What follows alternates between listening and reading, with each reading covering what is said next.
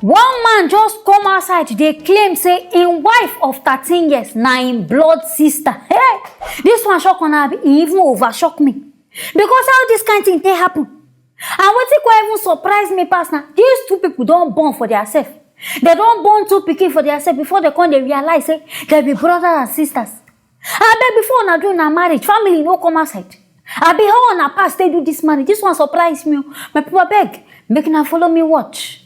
All right, so I met this lady in 2008. We got married in 2011. We had our first child in 2011. We had our second child in 2015. We've been married for 10 years. We've been together for 13 years. We just recently found out we're brothers and sisters. Wonder shall never end. But I beg, I want to see where then these two people for meet for. Before I start this relation, where are for meet? Now from different countries I've been out here. And all these kind of things, it they happen and when family they very far from themselves. And I go to hear say, hey, this one won't go born all the children for abroad. You know what made a day anything close to Nigeria. Now all that kind of things, now they happen. If not, this kind of thing, you know, go even come close. Say brothers and sisters. And if you now look these people, now we know say yes, they even resemble. Their nose not the same thing. From there, now these people don't suppose suspect say, it be like say we somehow resemble, we fit be family. So me I go advise say, make these two people stay together.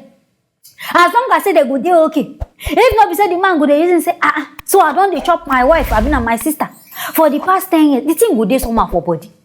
My people where they watch, how on yourself feel about this matter? If you reason say your own wife, now your blood sister, how you go take her? Ha! This one surprise person, no. But I beg, I go blame families and parents. I beg if you get children, even if you born them abroad, carry them, go back to their village. Or they don't even need to go village. Tell them about their roots. Make them know say, okay, now from this village I come from, in case of all this kind of matter. Make you no come go be say, then said they will come end up, so one day they will go to marry their brother. Now here, I go end this matter. Anything when I get to talk about them, make you write and put inside the comment section. Make you stay tuned for the next video.